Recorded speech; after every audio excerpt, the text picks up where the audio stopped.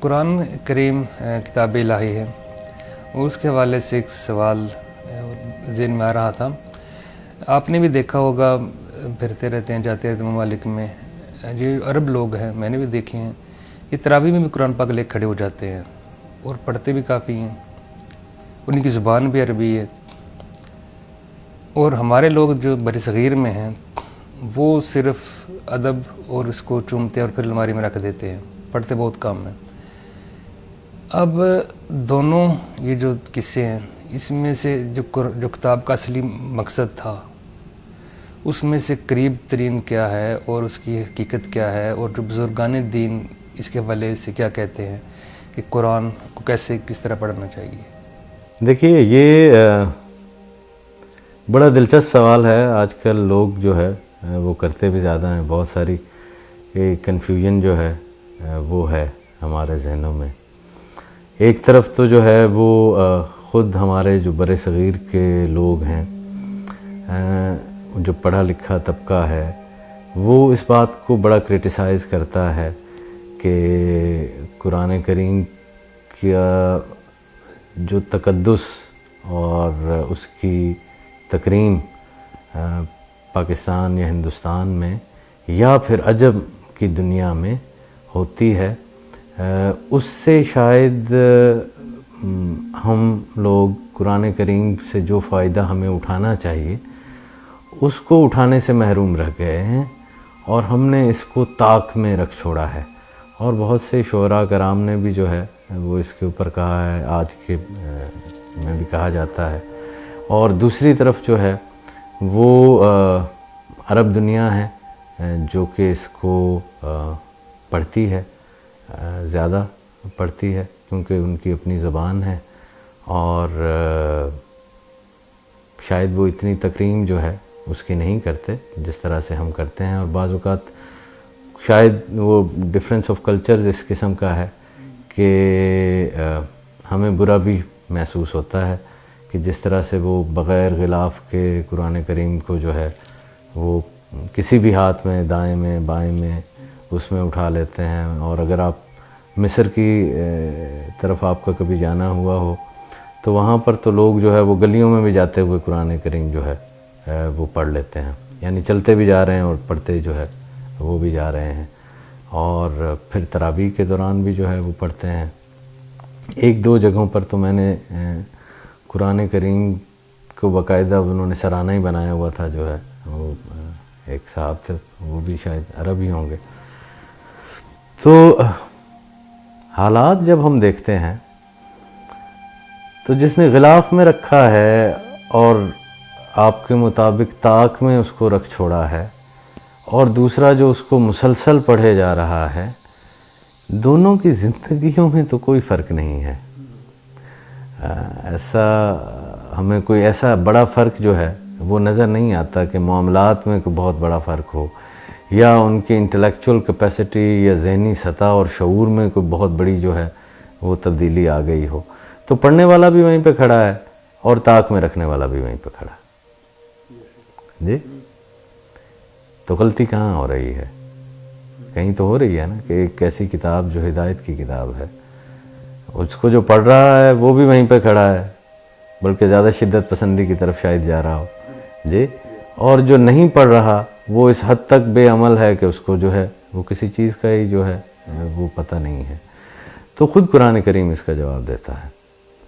الف لام میم ذالک الکتاب لا ریب فیہ ھدی للمتقین۔ تو یہ کتاب ہدایت ہے متقین کے لیے، چاہے آپ اسے غلاف میں رکھ کے متقی ہو جائیں یا چاہے آپ اس کو جو ہے وہ بازار میں پڑھتے ہوئے جا رہے ہوں، اگر آپ متقی ہیں تو یہ آپ کے لیے راہ ہدایت ہے۔ ورنہ خود قرآن میں ہی ہے کہ بہت سارے لوگ اس کو پڑھ کر بھی گمراہ ہو جاتے ہیں۔ جی، یہ کوئی میرے الفاظ تو جو ہے وہ نہیں ہے، بڑے مشہور بزرگ ہیں سیدی عبدالعزیز دباغ، اور دباغ جو ہے وہ ان کے آباء و اجداد کیونکہ چمڑا رنگتے تھے،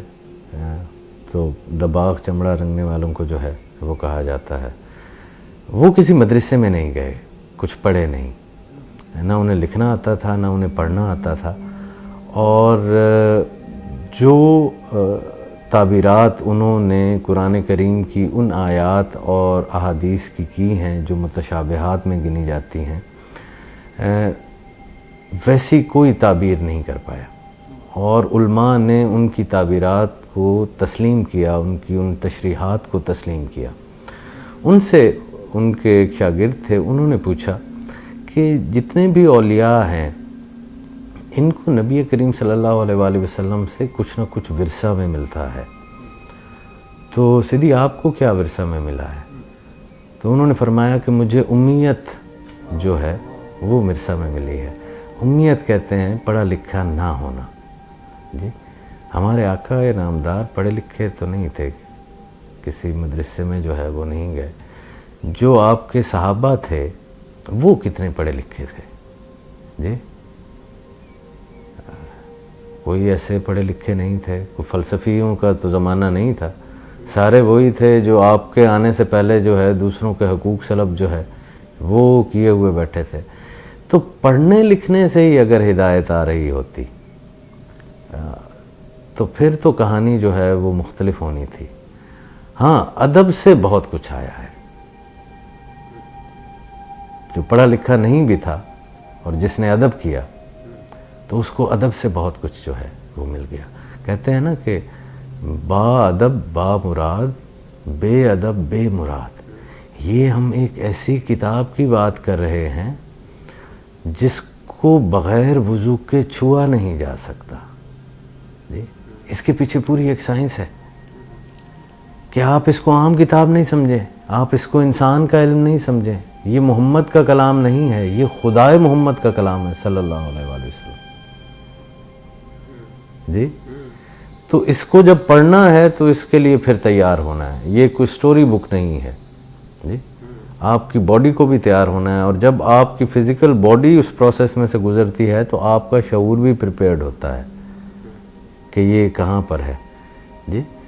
تو اس کو عام کتاب کی طرح جو لوگ ٹریٹ کرنا چاہتے ہیں وہ شاید اس کو جو ہے وہ ایک انسانی کلام جو ہے اس کے برابر پہ کہیں شاید سمجھ رہے ہوتے ہیں۔ جی حضرت مجھے نام یاد نہیں آ رہا کون سے بزرگ تھے، بہرحال ایک دفعہ عاطف نے آواز دی تو جتنے بھی وہ کتب اولیاء جتنے بھی بزرگان تھے ان کو حکم ہوا کہ فلاں شہر میں جاؤ اور وہاں پر میرا ایک دوست رہتا ہے اس نام سے، تو اس کی جا کے زیارت کرو۔ میرے خیال میں حضرت بایزید بستامی کا ذکر ہے، اللہ مجھے معاف کرے اگر کسی اور کا ذکر ہو تو۔ بہرحال وہ سب جو ہے وہ اکٹھے ہو کر وہاں پہ جاتے ہیں بشارت الہی پر اس شہر میں، اور وہاں پر جا کے پوچھتے ہیں کہ فلاں نام کا شخص بھی کوئی یہاں پہ، حضرت بڑے ادب سے ان کا نام لیتے ہیں، تو شہر والے کہتے ہیں کہ اتنی بڑی اعلیٰ ہستی تو کوئی یہاں پہ نہیں رہتی، ہاں ایک شرابی ہے جس کا نام جو ہے وہ وہی ہے جو تم بتا رہے ہو، تو اس کا گھر ہے وہاں پر، چلے جاؤ۔ تو وہ جا کر دروازہ کھٹکھٹاتے ہیں تو اندر سے وہی بزرگ جن کے بارے میں عاطف نے آواز دی تھی کہ ان کی جا کر زیارت کی جائے، وہ باہر آتے ہیں تو اپنے سامنے اتنے پارسا اور برگزیدہ بندوں کو دیکھ کر تو وہ ایک دفعہ پریشان ہو جاتے ہیں، اور وہ پوچھتے ہیں کہ جناب نام تو میرا یہی ہے، تو وہ کہتے ہیں ہاں ہمیں بھی جو ہے وہ کوئی مغالطہ نہیں، ہمیں تمہاری زیارت کرنے کے لیے بھیجا گیا ہے، ایک بات تو بتاؤ کہ تم نے اپنی زندگی میں ایسا کیا کام کیا ہے کہ اللہ تعالیٰ نے اپنے دوستوں کو تمہاری زیارت کا حکم دے دیا؟ تو انہوں نے کہا کہ جی مجھے کچھ یاد تو نہیں آتا کہ میں نے زندگی میں کچھ ایسا کام کیا ہو، میں تو ایک میں خار سا آدمی ہوں، البتہ کل رات کو ایک واقعہ جو ہے وہ پیش آیا کہ میں خانے سے واپس آ رہا تھا تو میں نے ایک ٹکڑے پر جو ہے وہ بسم اللہ الرحمن الرحیم اللہ کا نام جو ہے وہ پڑا ہوا زمین پہ دیکھا، تو میں اس کو اٹھا کے گھر لے آیا اور اس کو عطر لگا کر جو ہے وہ میں نے اپنے طاق میں اوپر رکھ چھوڑا ہے۔ تو با ادب کو تو کچھ مل گیا، چاہے وہ میں خار ہی کیوں نہ تھا۔ جی اور جو بے ادب ہیں جی انہوں نے جھوٹی نبوت کے بھی دعوے کیے ہیں۔ جی آپ کو پتہ ہے کہ علم کے لحاظ سے تو اور تحقیق کے حوالے سے تو وہ نام جب تک انہوں نے یہ دعوے نہیں کیے تھے بڑے معتبر تھے، اور کوئی اتنا پرانا قصہ بھی نہیں ہے جی تو ہوا کیا؟ تو یہ متقیوں کے لیے ہے، اور تقوی کا پہلا کرینہ جو ہے وہ ادب ہے، بغیر اس کے جو ہے وہ کچھ حاصل نہیں ہوتا۔ آپ مذاق اڑانے لگ گئے نا، ہم لوگ اپنی بہت ساری چیزوں کا مذاق اڑانے جو ہے وہ لگ گئے۔ ایک ہمارے گاؤں میں ایک بوڑھی عورت ہوتی تھی، اور اس کا جو ہے وہ شوہر بھی جو ہے وہ فوت ہو گیا، اور پتہ نہیں نام تو اس کا کیا تھا، مائی خانہ کے نام سے اسے کہتے تھے، یاد کرتے تھے، فوت ہو گئی ہے وہ۔ اس کی ایک چھوٹی سی دکان ہوتی تھی، اور بچپن سے میں اس کو جو ہے وہاں پہ جایا کرتے تھے، چھوٹے چھوٹے بچے ہوتے تھے، تو وہ ساری زندگی پیسہ جو ہے وہ اکٹھا کرتی رہی، اور پھر اس نے حج کیا جی، اور وہ پھر حاجن جو ہے وہ مشہور ہو گئی، کرتی وہ اس کے بعد بھی دکانداری رہی۔ لیکن میں یہ سوچتا ہوں کہ اس عورت نے ساری زندگی جو ہے وہ، اسے عربی نہیں آتی تھی، اسے دین کی کوئی تفسیر، حدیث، کچھ ایسے معاملات جو ہے وہ نہیں آتے تھے۔ تو جب بھی ہم اس کے پاس جایا کرتے تھے تو وہ اماں یہی کہا کرتی تھی کہ بس سونے کی گلیوں میں جانا ہے۔ اس سے مجھے ایک اور واقعہ یاد ہے، تو وہ حج جو ہے وہ، اس کا آپ تصور تو کریں نا، وہ تو ساری زندگی کا حج ہو گیا جی، جس نے اپنے کاروبار کا مقصد، اپنی زندگی کا مقصد، اولاد بھی کوئی نہیں تھی، بس ایک ہی تھی، آگے پیچھے بھی کوئی نہیں، کسی کے لیے چھوڑ کر جانا ہے نا، تو وہ ساری زندگی کام کرتی رہ گئی، پیسے جوڑ کے جو ہے اس نے جو ہے وہ حج کیا۔ اور یہ ایک نہیں ہے، ایسے کئی کردار ہیں جن کو قرآن کریم پڑھا تو ہوگا جی، لیکن علم تو جو ہے وہ قرآن کریم کا جو ہے وہ نہیں ہے، لیکن اپنی آخرت جو ہے وہ بہرحال اس قرآن کریم کی تکریم سے ہی جو ہے وہ سنوار گئے، اس کتاب کی تکریم سے، اس صاحب کتاب کی تکریم سے جو ہے وہ سب کچھ جو ہے وہ پا گئے۔ ادب سے تو پایا جا سکتا ہے جی، بے ادبی سے کچھ پایا نہیں جا سکتا، بے ادبی سے کچھ بھی جو ہے وہ نہیں پایا جا سکتا۔ یہ اب ہماری ایک ریشنل مائنڈ ہے، لوگ کہتے ہیں، میرے ایک دوست تھے وہ کہہ رہے تھے کہ جب ان کی ہمشیرہ کی بارات آنے لگی تو وہ لازمی بات ہے بڑے بھائی تھے، تو انہوں نے اپنی بہن کے سر کے اوپر جو ہے وہ قرآن کریم کا سایہ کیا، تو جو اس کے سسر تھے اس بچی کے، انہوں نے جو ہے وہ اعتراض کر دیا کہ یہ کیا کر رہے ہیں۔ تو میں نے جب یہ بات سنی تو مجھے بہت عجیب سا لگا جی، کہ قرآن کریم کا سایہ کرنا جو ہے وہ کون سی بدعت جو ہے وہ ہو گئی، کہ اس خدا نے جس نے یہ سائبان میرے سر پر دیا تھا جب تک وہ ودا نہیں ہوئی جی، اب وہ دوسرے اس میں جا رہی ہے، تو جو سادہ لو مسلمان ہیں وہ اس کے سر پہ وہی سایہ چاہتا ہے۔ تو بہرحال اتنا زیادہ ریشنل نہیں ہونا چاہیے قرآن کریم کے معاملے میں، اتنا زیادہ ریشنل نہیں ہونا چاہیے نبی کریم صلی اللہ علیہ وآلہ وسلم کے بارے میں۔ ان کے ساتھ ہماری جذباتی وابستگیاں ہیں، ہم انسان ہیں جی، ہمارے اندر جو ہے ہمارے جذبات کو صرف علم کے ذریعے نہ مارا جائے۔ اور یہ انفورس جو کرتے ہیں نا لوگ کہ ہم قرآن کریم کو ایک ایسی ہی کتاب کے حوالے سے لیں جو شاید کچن کی ہوئی ریسیپی بک ہو جی، تو آپ ضرور لیجئے، کوئی لا اکراہ فی الدین، تو دین میں جو ہے وہ کوئی کمپلشن تو نہیں ہے، تو آپ ضرور اس حوالے سے لیجئے جس سے آپ کو فائدہ ہو رہا ہو جی، آپ اس کا مطالعہ بھی کیجئے، اس کو سنیے بھی صحیح۔ یہ صرف مطالعے سے ہی تو نہیں یار ہو جاتی نا، یہ تو سننے سے بھی جو ہے وہ جہان بدل جاتا ہے۔ یہ کتاب تو وہ معجزہ ہے، صرف پڑھنے سے نہیں ہوا جی۔ حضرت سیدنا عمر صرف سننے سے ہی جو ہے دل کی دنیا جو ہے وہ بدل گئی۔ ہمارے پاکستان، ہندوستان یا عجم میں جہاں پر نہیں آتا، میں نے دیکھا ہے، آپ نے بھی اپنے دیکھا ہوگا جی، یہ جو بوڑھے بابے، اور ہم نے دیکھا کہ جن کے آنسو بہا بہا کہ جن کی داڑیاں جو ہے وہ گیلی ہو گئیں قرآن کریم کی تلاوت سنتے ہوئے، جی، تو کیا ان کو سمجھ آ رہی تھی؟ یا کیا قرآن کریم سارا درد کا قصہ ہے میرا بھائی؟ جی، ایسا تو نہیں ہے کہ کوئی بچھوڑے کی داستان ہو کہ بھئی چلو جس کو سن کر جو ہے وہ آگے والے کے دل میں کچھ ہو رہا ہے اور وہ اپنے کسی معاشقے کے ساتھ اس کو ریلیٹ کر رہا ہے اور اس کی آنکھوں سے آنسو جو ہے وہ بہہ رہے ہیں، جی، تو وہ کیا پرپز ہے جہاں پر سننے سے ہی جو ہے اس کے اندر رکت طاری ہو رہی ہے، معنی کا نہیں پتہ، جی۔ اور جو یہ کہتے ہیں کہ ہمیں معنی کا پتہ ہے، ہمارے شیوخ یہ فرماتے ہیں، حضرت شیخ ابن العربی کا ہے کہنا کہ قرآن شریف اس وقت تک تم نے صحیح پڑھا ہی نہیں جب تک ہر دفعہ اس کو پڑھو اور ہر دفعہ یہ نیا معنی نہ دے۔ تو یہ تو اتنی وسیع معنوں والی جو ہے وہ کتاب ہے، جی، کہ صوفیاء اور اہل دانش کے نزدیک اگر آپ اسے دانش کے مرتبے سے جانچیں نا تو اس کو ہر دفعہ ایک نیا معنی دینا چاہیے آپ کو، جی۔ تو اب مجھے بتائیے کہ جو اس کو ہر دفعہ پڑھ رہے ہیں اور مسلسل پڑھتے ہی چلے جا رہے ہیں اور جو یہ کہتے ہیں کہ بغیر ترجمے کے میرا جناب اگر اس کو پڑھا بھی تو کیا پڑھا، جی، تو کیا ان کے اوپر ہر دفعہ ترجمہ نیا معنی کھول رہا ہے؟ ایسا تو نہیں ہو رہا، جی۔ اور جو ترجموں کے ساتھ پڑھ رہے ہیں، جی،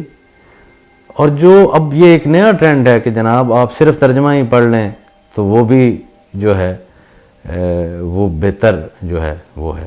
بھائی ترجمہ آپ ضرور پڑھیں، کچھ نہ کچھ مفہوم آپ کو جو ہے وہ اس سے ضرور جو ہے وہ ملے گا، لیکن اس کو عربی میں ہی پڑھیں، جی۔ آپ کو معنی ملے یا نہ ملے آپ کی آخرت پھر بھی جو ہے وہ سنور جائے گی، جی۔ ہر لفظ کا میرا بھائی، ہر حرف کا جو ہے وہ علیحدہ تاثیر ہے، جی۔ اب میں آپ کو حروف کی تاثیر بتاؤں تھوڑی سی، جی۔ یہ جو الف ہے جسے آپ یوں ایک حرف میں دیکھتے ہیں نا، اب میں پڑھے لکھے آدمی کو کہتا ہوں جتنے بھی آپ اٹھا لیں، الف بے تو آپ نے اور میں نے بھی پڑھی ہے نا، ایک الف کی یہ ہمیں شکل بتائی گئی ہے یوں کھڑا ہوا، جی، یہ اس کی قیام کی ایک صورت ہے، جی۔ یہ مکتوب ہے نا، لکھا گیا، تو یہ اس کی مکتوبی شکل ہے الف کی۔ الف کی ملفوظی شکل میں یہ 3 حرف ہیں، الف لام اور فے، لفظ میں آئے نا، الف الف لام فے۔ اب آپ کو تو ایک شکل بتائی گئی تھی، میں آپ کو 3 اور بتا رہا ہوں، ٹھیک ہے، اور اب میں آپ کو اس کی 11 شکلیں بتا سکتا ہوں، جی، کہ یہ کہاں پر مستور ہے۔ لام میں ہے الف، الف مستور کہتے ہیں چھپا ہوا، الف اور پھر اس کے نیچے دائرہ ہے۔ توئے میں ہے، اس کے سائڈ پہ جو ہے وہ دائرہ۔ زوئے میں ہے تو مستور کی شکل میں ہے، تو الف تو 11 صورتوں میں ہے، پھر 11 کے 11 کا علم ہے ان کو جو پڑھے چلے جا رہے ہیں، جنہوں نے حروف تہجی اب تک پڑھی ہے، ماسٹرز بھی کیا ہوا ہے، میں نے بھی کیا، آپ نے بھی کیا، اور دوستوں نے بھی کیا، حروف تہجی پڑھائے جاتے ہیں۔ کتنا ایک ہمیں پڑھایا جا رہا ہے جناب، اور کتنا ایک پڑھایا جا سکتا ہے۔ میں اس بات پہ تنقید نہیں کر رہا کہ ہمیں تھوڑا پڑھایا جا رہا ہے، ہمیں بالکل صحیح پڑھایا جا رہا ہے، ٹھیک ہے، لیکن یہ ایک بنیادی سطح کا ہے۔ اسی کو کہہ دینا کہ یہی مکمل ہے، یہ غلطی ہے۔ اسی ضد پر اڑ جانا کہ یہی مکمل ہے، اگر آپ اسی ضد پر اڑ گئے کہ یہی ایک ہی الف کی صورت ہے، مکتوبی اور قیام کی صورت میں ہے، جی، یہ ایک قیام کی صورت میں ہے، بے میں الف وہی ہاریزونٹل ہے، الف ورٹیکل ہے، بے میں جو ہے وہی جو ہے وہ ہاریزونٹل ہے، اور پھر وہ چھپا ہوا بھی ہے۔ تو کئی صورتیں ہیں میرا بھائی، ایک چیز کے اوپر اڑ جانا تو جو ہے وہ تو کہیں کی بات نہیں ہے، لیکن جتنی بھی صورتیں ہیں اگر تو بے ادب ہیں، ادب سے بعد والی صورتوں کو پتہ چلتا، بے ادب جو ہے وہ اسی ایک صورت کے اوپر جو ہے وہ اٹک جاتا ہے۔ تو نہ دیکھا کریں نیچے نگاہوں سے اپنے علم کے تکبر کی بنیاد پر کہ یہ جو دیہاتی سے لوگ نظر آتے ہیں اور سادہ لو سے ہیں اور گاؤں میں رہ رہے ہیں، تو یہ جو ہے وہ انہوں نے جو ہے وہ اسلام کی کوئی خدمت جو ہے وہ نہیں کی ہے، اور ہمیں دین سے پیچھے رکھنے میں ان کا ہاتھ ہے۔ بھائی آپ دین میں آگے بڑھ جائیں، کسی نے روکا ہے آپ کو، لیکن ان کو تو بے ادبی کے اوپر مجبور نہ کریں نا۔ لا اکراہ فی الدین اگر آپ کے اوپر لاگو ہوتا ہے جی، کہ آپ کو دین کے اوپر کوئی مجبور نہ کرے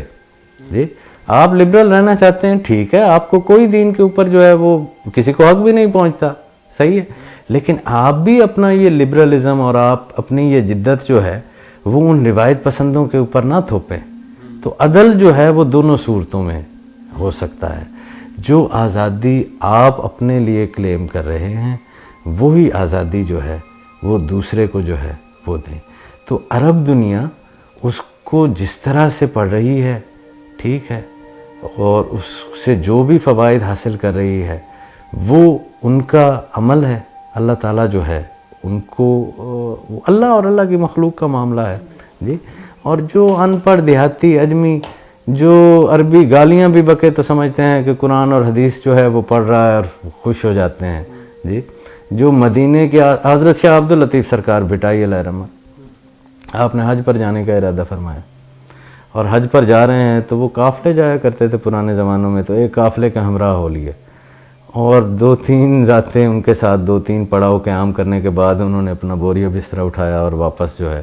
وہ بھٹ شاہ کو روانہ ہوئے۔ تو کسی نے پوچھا کہ حضرت آپ تو جو ہے وہ مکہ جا رہے تھے حج کے لیے، آپ واپس بھٹ شاہ کیا کرنے جا رہے ہو؟ تو آپ نے کہا ان کے ساتھ وہ جس قافلے کے ساتھ جانے لگے ان کے ساتھ 3-4 حاجی تھے جو پہلے بھی حج کر چکے تھے، تو وہ کوئی آپس میں اس طرح کی گستاخی کی باتیں یا کچھ اس طرح سے جو ہے وہ کر رہے ہوں گے جو آپ کو ناگوار گزری۔ تو انہوں نے کہا کہ اگر حج پر جانے سے یہ حشر ہوتا ہے جو ان کا ہوا ہے تو اس سے مجھے میری آس جو ہے حج کی، جو میری آس ہے، جو میری تڑپ ہے اس حجاز کی جی، اگر تو حجاز پہ جا کر یوں ہی بے ادب ہونا ہے جس طرح سے یہ میرے ہم سفر تھے ٹھیک ہے، تو میں اس آس میں اور تڑپ میں ہی مر جانا بہتر سمجھتا ہوں جی۔ تو ادب اور بے ادبی کو ایک جیسا جو ہے وہ نہیں گننا چاہیے، اور یہ ادب کرنا جہالت ہو گئی۔ اندازہ کریں ہم اس معاشرے میں جو ہے وہ زندہ ہیں جی، کہ ادب کرنا جو ہے وہ جہالت کے زمرے میں آ جائے۔ تو بہرحال ہر کسی کا اپنا اپنا طریقہ ہے، وہ مالک کی ذات ہے، وہ دیکھنے والی ہے۔ بہرحال اس کو پڑھنا چاہیے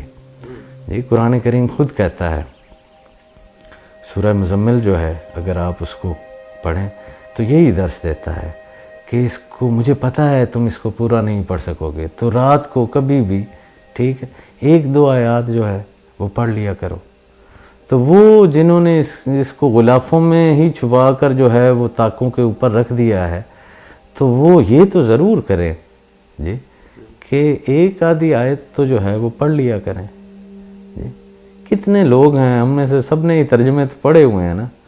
لیکن آیت تو کوئی بھی سونے سے پہلے جو ہے وہ کھول کے اس کو نہیں پڑھتا، کھول کر پڑھنی چاہیے جی۔ قرآن کریم کی جس طرح تلاوت جو ہے وہ بآواز بلند ہونی چاہیے، کوشش آپ کریں جی۔ اس کا اپنا ایک اثر ہوتا ہے، کسی دن ہم بیٹھیں گے تو میں آپ کو بتاؤں گا کہ یہ ساؤنڈ کا اثر کیا ہے۔ یہ جس طرح میں نے ابھی آپ کو یہ حروف کی شکل بتائی ہے، اسی طرح میں آپ کو بتاؤں گا کہ یہ جو آواز ہے، جو صوت ہے جی، اس کا اثر جو ہے وہ کس طرح سے ہوتا ہے، اور یہ دل کے اوپر اور دل کی صفائی میں جو ہے وہ کیسے عمل کرتی ہے۔ ذکر کی کئی اقسام ہیں نا، تو ذکر بالجہر جو ہے وہ آواز کے ساتھ جو ہے وہ ہے، اور قرآن کریم کو بھی جو ہے وہ آواز بلند جو ہے وہ پڑھنا چاہیے۔ تو رات کو چاہے آپ طاق میں رکھیں اس کو، یا چاہے آپ اس کو دائیں اٹھانا تو دائیں ہاتھ میں چاہیے، تو دائیں ہاتھ میں اگر آپ اسے اٹھائیں اور اس کے اوپر کوئی بھی غلاف نہ رکھیں جی، اور ٹیبل کے اوپر عام طرح سے بیٹھ کر پڑھیں یا رحل میں جو ہے وہ اس کو رکھ کر پڑھیں، رات کو ایک آدھی آیت جو ہے وہ پڑھ ضرور لیا کریں۔ معنی آپ کو سمجھ آئے تب بھی فابہا جی،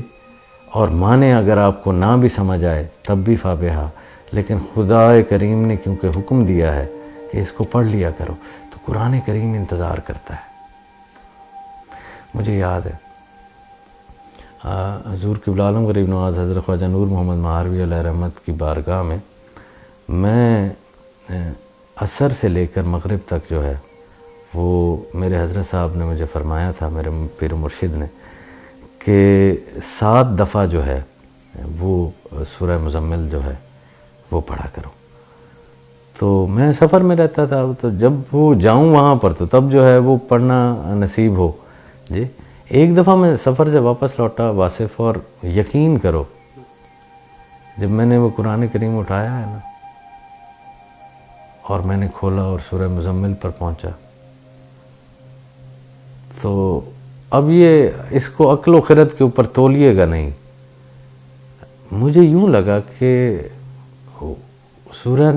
سورہ مزمل نے شکوہ کیا ہو کہ وہ دوست نہیں ملتے جس طرح کہ اتنا عرصہ ہو گیا تو نے نہیں پڑھا۔ تو رشتہ قائم کرنا چاہیے اس کتاب کے ساتھ، جو ہے وہ رشتہ قائم ہونا چاہیے۔ یوں ہو کہ آپ کو معنی آتے ہیں یا نہیں آتے، عربی آپ جانتے ہیں یا نہیں جانتے، آپ تو ہم کلام نہیں ہو سکتے، لیکن یہ کتاب بہرحال وہ صلاحیت رکھتی ہے، میں اپنے ذاتی تجربے سے کہہ سکتا ہوں کہ جو آپ کی بہترین ساتھی ہے، جو آپ کے سر پہ سایہ ہے، اور جو آپ سے بولتی ہے، جو کلام کرتی ہے، اور وہ جو کلام ہوتا ہے وہ کسی زبان کا محتاج نہیں ہے، نہ وہ عربی میں ہوتا ہے، نہ وہ پنجابی میں ہوتا ہے، نہ انگریزی میں ہوتا ہے، بس وہ بولتی ہے اور آپ اس کو سمجھ لیتے ہیں، آپ کا دل جو ہے وہ اس کی گواہی دیتا ہے۔ قرآن کریم فرماتا ہے نا کہ دل جھوٹ نہیں بولتا جی۔ تو اسی طرح جو دل ہے اس کو کسی زبان کے آسرے کی ضرورت نہیں ہے، وہ لفظ سے پہلے کی کہانی ہے جی، وہ بے آواز کی آواز کو بھی پہچان جاتا ہے۔